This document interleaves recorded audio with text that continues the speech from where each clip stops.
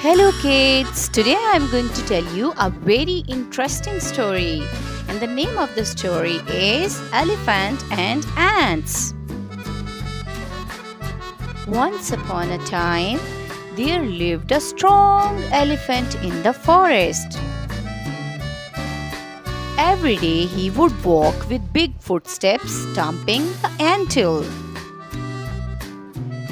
The ants were very angry and they decided to teach a lesson to the elephant.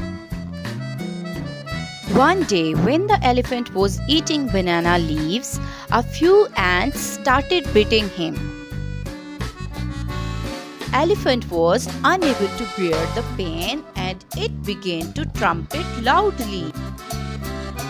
The ants felt sorry for the elephant and they said, "We are sorry. We wanted to teach you a lesson because you destroyed our house again and again."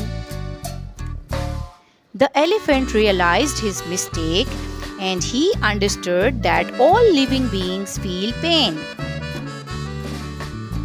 From that day onwards, the elephant didn't trouble anyone. Moral of the story: never hurt or harm anyone.